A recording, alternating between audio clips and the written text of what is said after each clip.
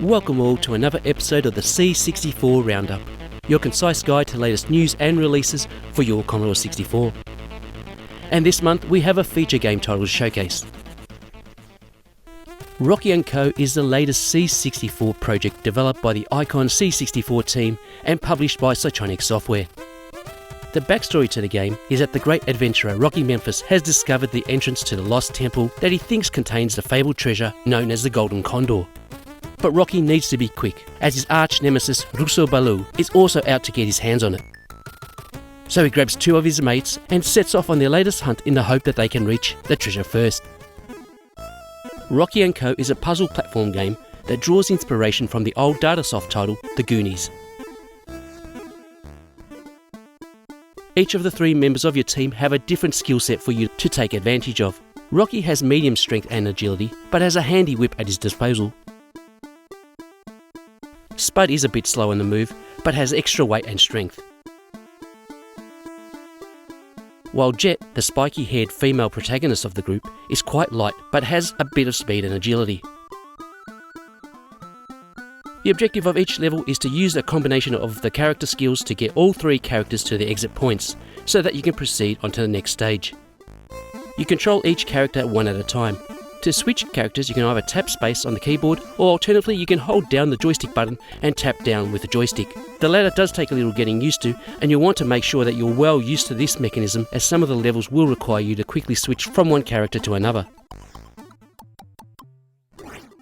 To solve all the various puzzles, there'll be switches for you to stand on, roof handles to pull down on, and sometimes you will need more than one character to work together to open up the path ahead. All this while looking out to avoid various nasty creatures and dangerous hazards. You will note that there are letters spelling out Icon on the bottom panel. These letters can be individually lit up by performing specific actions on 4 of the game stages. If you manage to light up all the letters, then you unlock a bonus stage and a special ending. Excluding the bonus stage, RGN Co contains 12 stages. Each one of them is quite varied in terms of how they look and play. You may think that only having 12 stages will make it a short game, but many of the levels do have that Rick Dangerous trial and error element to them, which can make completing the game with just 5 lives and no save checkpoints quite a challenge. But luckily, the game includes a practice mode which allows you to play the first 11 stages of the game in sequential order with infinite lives, so that you can learn the tricks to these levels before you embark on trying to complete the game in the normal story mode. Having the opportunity to play through RGN Co for many countless hours, I'm pleased to say that the game is quite enjoyable to play through. While I found the puzzles to be clever, none of them were overly taxing and are quite accessible when trying to work them out in practice mode. I really enjoyed using the 3 different characters to solve each stage and appreciated the overall challenge within the normal story mode. RGN Co is so well presented, the graphics are detailed and vibrant and really pop off the screen. The music soundtrack from Saul Cross, while somewhat reminiscent of his previous work, is a perfect fit for the game and does so much to enhance the overall experience. If you like your platform gaming to have a strong cognitive aspect to it, then RGN Co is quite an easy recommendation from me. The game is both PAL and NTSC compatible and will be available as a digital download and physical cartridge and USB cassette formats from Cytronic Software.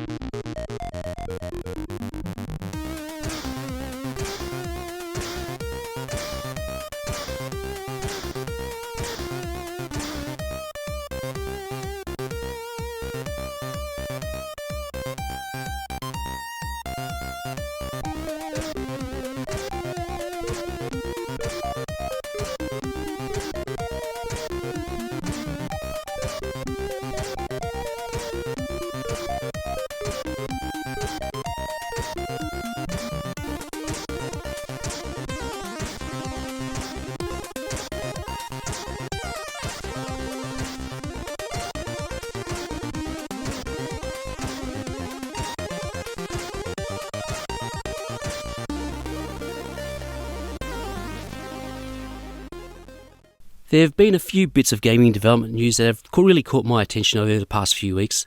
Let's check them out. Some big news coming out from Covert Bit Ops as Lassi Uudini confirmed that a sequel to the hit 2018 release Steel Ranger is currently in the works. Releasing this early development teaser, Lassi confirmed that Steel Ranger 2 will see you gear up with a new generation Ranger suit, and you will have access to a rifle and blade to combat a new emerging threat coming up from the ruins of the barren earth. Lassi is looking to make Steel Ranger 2 even more varied than the original title, and is considering introducing additional elements to the scrolling run and gun style game that you can see on screen right now. Still a long way to go with this one, but I can't wait. And speaking of run and gun style play, with the completion of RGN Co, the RGN 64 team will swing their attention back to finishing up another one of their work in progress projects, Haragon. As we can see from Trevor Story's trademark shaky crooked phone cam footage, there is a lot to like with Haragon as it moves about really well, appears to feature rotational direction shooting, and is looking to contain a substantial size game world. We'll bring more information on the project as it comes to hand. We first provided a sneak preview of Axiom Fantastica back in February of this year, with many viewers expressing their keen interest on this upcoming interactive graphical adventure. Coder Reese Paul Hovey recently commented that the development on the project has continued to progress, releasing an updated video teaser on the game. Reese mentioned that he is now looking to break the game up into 3 short adventures, with each one released about 6 months apart. While he was hoping to release the first game by late October this year, the release date is now looking to be closer to the end of December. Just as a reminder, the backstory to Axiom Fantastica is that you take on the role of an unemployed dude having a normal day when he happens to uncover a fantastic and life-altering riddle. I really find the overarching premise and the graphical style here to be quite intriguing and can't wait to see how this one turns out. Time to check out some other new game releases that has piqued my interest of late. The Holy Cube is an interesting single-button puzzle platform game in which you control a cube trying to collect various icons on screen. The only control you have over your cube is to decide when to jump, otherwise all movement is based on momentum and deflection. So timing your jumps is the most important skill to master in the game. Coming into contact with the enemy or falling off screen results in a loss of life. The Holy Cube contains 20 levels and scores you for the number of times you die during the game. So the replay value within the game is to complete it with the lowest number of lives lost, with 42 apparently being the lowest score possible. If you die 200 times, then it's game over. Overall, I found the Holy Cube to be good simple fun. Perfect if you want to sit down and do some casual C64 gaming. The music track is top notch and the ricochet mechanism within is generally good.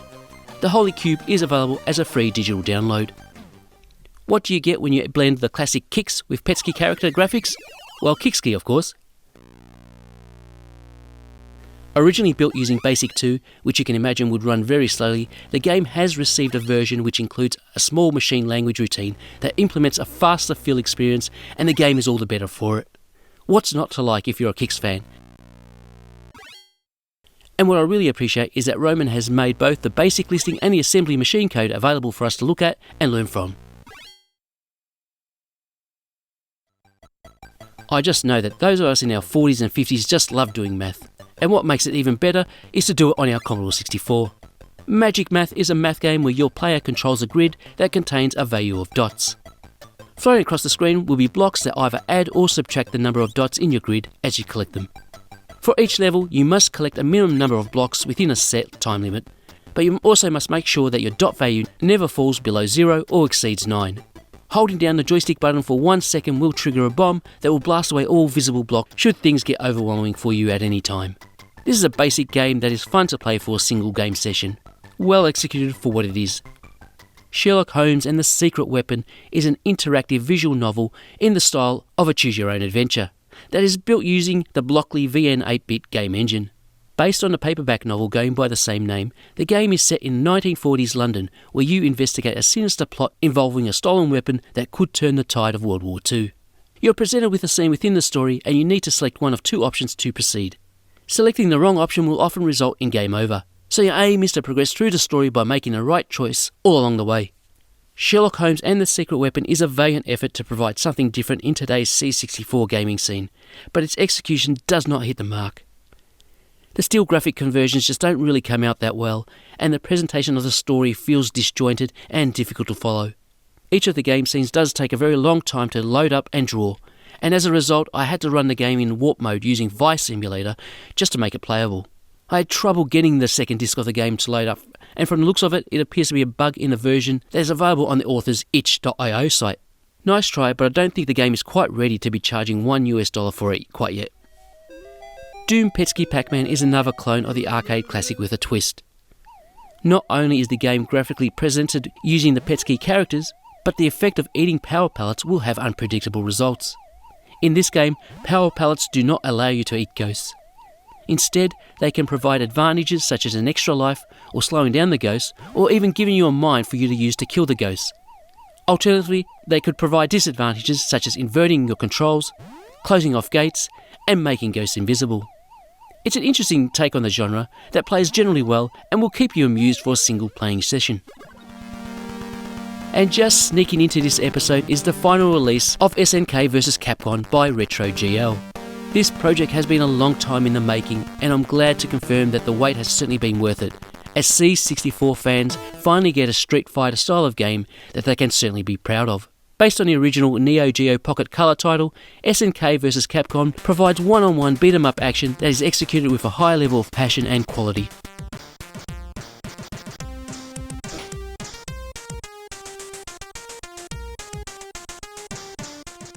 There are 3 modes available within the game, but it is a story mode that most solo players will be utilising within the game, where you get to select one of 16 fighters, each with their own background story and motivation for joining a world fighting tournament. The chibi-style graphics adopted for each of the fighters are very well drawn, as are each of the backdrops featured within the game. There are plenty of moves on offer, including throws and holds, special combos, super moves and defensive blocks, and the responsiveness of the game executing them feels pretty much spot on for a fighting game of this nature. I particularly like how you can use a 2-button configuration, as this meant it was easier for me to execute a greater variety of weak and strong attacks during combat.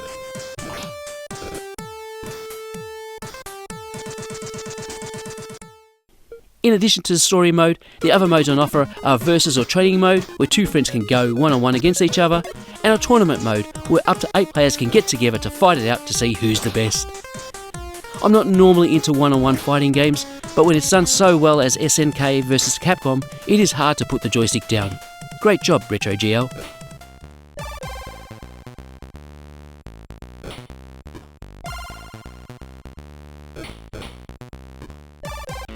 And that is a wrap on another C64 roundup. I hope you found a few things of interest to you. Links to all the games featured in this episode can be found within the video description. I'd like to thank all viewers for taking the time to check out what is taking place in today's C64 scene, and hopefully can continue to stay strong for a few good years at the very least. Until next time, bye for now.